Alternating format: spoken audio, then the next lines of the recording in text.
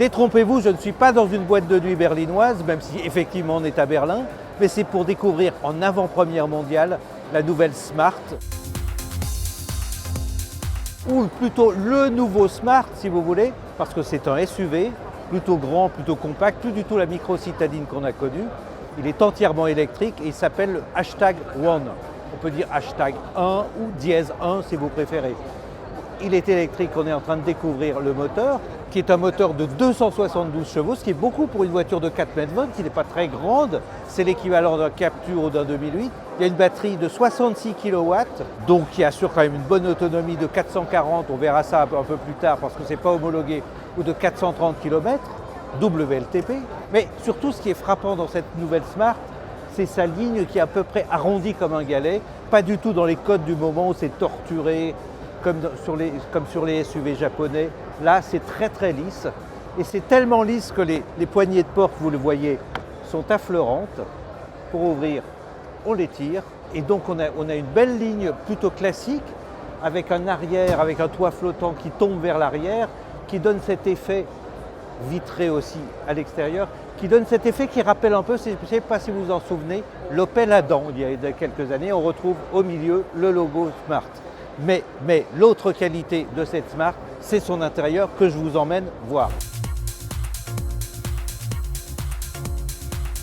Cet intérieur, il est quand même de très belle qualité. Il y a des sièges en cuir synthétique, évidemment, mais il y a surtout cet effet de console flottante et qui rentre et qui vient juste mourir à l'arrière des sièges, qui est assez joli.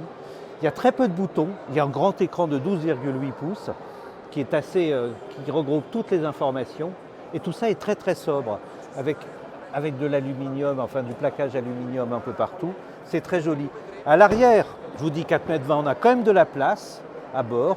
On a des sièges, une banquette coulissante. Sur le concept car, c'était évidemment 2 sièges séparés. Là, c'est une banquette coulissante et séparable 60-40. Qui dit coulissante dit quand même un grand coffre. Et ce coffre, il n'est pas ridicule.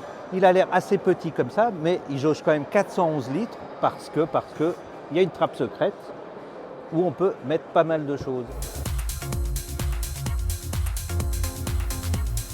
Donc, on a une voiture d'une taille respectable, un moteur plutôt puissant, définition assez remarquable. On a pas mal d'accessoires aussi, on a des feux Matrix LED qui courent sur tout l'arrière, on a des jantes de 18 pouces, on a pas mal de choses. Quand on additionne tout ça, on se dit quand même que ça doit être assez cher. Et oui, ça va être cher, parce que Smart se positionne clairement dans le premium aujourd'hui. Et pour une voiture comme ça, il n'y a quand même pas beaucoup de concurrence dans le premium électrique en SUV urbain compact.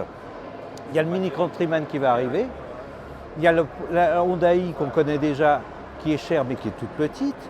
Donc on se dit que le tarif de ça, qui va arriver au mois de septembre, ne peut pas être inférieur à 40 000 €. On en saura un peu plus. Mais on peut aussi s'attendre à des puissances moins élevées pour avoir des tarifs moins élevés aussi. Et peut-être à une version Brabus, qui est une spécialité de Smart aussi qu'il a déjà fait, encore plus puissante, encore plus sportive. Mais on reparlera de tout ça au moment des essais au mois de septembre et surtout au moment du lancement et des premières livraisons de ce Smart hashtag One au mois de janvier 2023. Et d'ici là, moi je vais aller danser un peu parce que j'entends la musique.